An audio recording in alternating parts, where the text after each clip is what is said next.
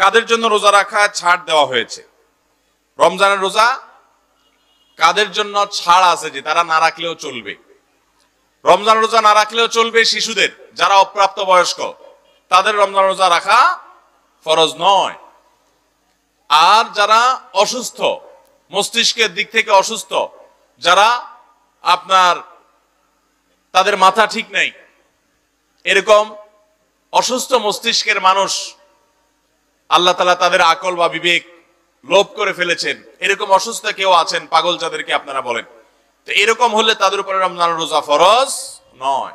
কেউ সেন্সলেস অবস্থায় আছে, তার কোনো হুঁশ নাই, আইসিইউতে আছেন, কোনো সেন্স নাই, এর উপরে রমজান রোজা ফরজ নয়।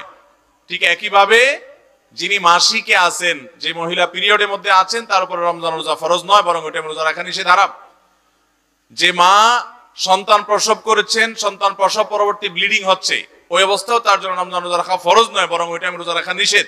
তবে সন্তান প্রসবের পরবর্তী রক্তের কারণে যদি রোজা না রাখেন বা রোজা রেখে যেগুলো বাদ যাবে সেগুলো আপনাকে পরবর্তীতে রেখে দিতে হবে। ঠিক একইভাবে কেউ যদি সফরে থাকেন, সফরে তার জন্য কষ্টকর, তিনি রোজা রাখতে চাচ্ছেন না, তো সফরে রোজা ভাঙতে পারেন, কিন্তু সেই রোজাগুলো পরে আবার রেখে দিতে হবে পারে।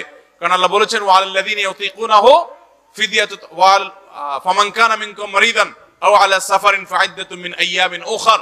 কেউ অসুস্থ থাকলে অথবা সফরে থাকলে, অসুস্থ বলতে এমন অসুস্থতা যে রোজা রাখার কোনো ক্ষমতা নাই, হালকা পাতলা একটু জ্বর হয়েছে, একটু পেট খারাপ হয়েছে, আর রোজা ভেঙে ফেললেন, এটা না যে রোজা রাখলে আপনার জীবন চলে যেতে পারে। এরকম হলে তখন রোজা না রেখে আপনি পরে রাখতে পারেন। তাহলে ছোট বাচ্চা, অসুস্থ মস্তিষ্কের মানুষ, সম্পূর্ণ সেন্সলেস, বা আপনার মাসিক ঋতুবর্তী অবস্থা নারী, সন্তান প্রসব পরবর্তী ব্লিডিং, সফরে আছেন, এরকম অবস্থা রোজা রাখাতে ছাড় আছে।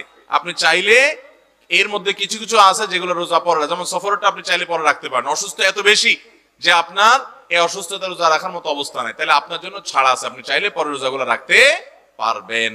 তবে ওই মাসিকের কারণে রোজা বাদ গেলে সেগুলো আর রাখা লাগবে